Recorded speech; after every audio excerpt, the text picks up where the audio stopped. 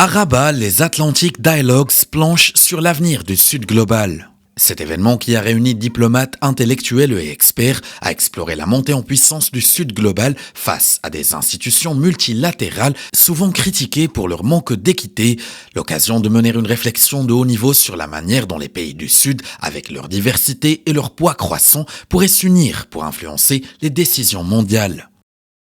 En créant une atmosphère de confiance, parce que la confiance est fondamentale, l'unité, la coopération, la solidarité dans le développement. Ça d'un côté. De l'autre côté, il faut que le Sud également respecte les règles de droit sur le plan international, respecte la Charte des Nations Unies, respecte le bon voisinage et également respecte les principes de règlement des différends, cesser de fomenter des troubles, cesser d'encourager le séparatisme, cesser d'abriter ou d'encourager des groupes terroristes armés. Le Sud, comme je l'ai présenté tout à l'heure, il est pluriel, il est multiple, il n'y a pas qu'un seul. Mais nous sommes capables de créer un Sud qui soit solidaire. Nous sommes pratiquement 135 pays du Sud. C'est une voie puissante, mais pour qu'il puisse être impactante, il doit être uni, il doit être solidaire. Lors d'un autre panel, la confiance du public dans la démocratie et les processus électoraux dans la région de l'Atlantique a été remise en question.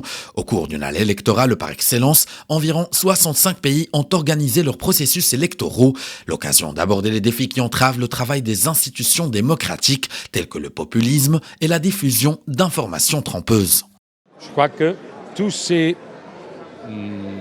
ces dégradations du point de vue de radicalisation, fanatisme et manque de compromis et concorde, c'est très lié à l'algorithme et à la so-called démocratie digitale. Elle est très intéressante, mais elle produit des résultats qui sont plus liés aux instincts et pas à la raison, sont plus vulnérables à l'insulte et pas aux arguments. Bon, le sujet, c'était vraiment...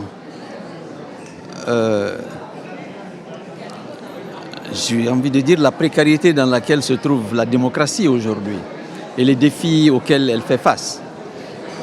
Globalement, c'était ça le débat. Et autour de ça, toute la question du populisme qui affecte cette démocratie-là aujourd'hui et son évolution.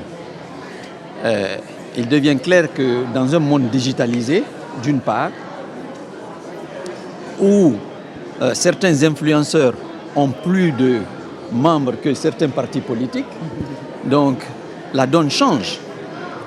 Et dans un monde aussi où, il faut le dire, beaucoup de systèmes en place, beaucoup de gouvernants, ont perdu l'œil sur les vrais problèmes de leur société. L'édition 2024 des Atlantic Dialogues porte sur une variété de sujets d'ordre économique et géopolitique, reflétant les mutations d'un Atlantique élargi et mieux intégré à travers des panels, des tables rondes et d'autres sessions collaboratives. Les débats s'articulent autour notamment de la diplomatie culturelle, le paradigme de la sécurité régionale, les infrastructures intelligentes et la régulation de l'intelligence artificielle, ainsi que d'autres enjeux mondiaux.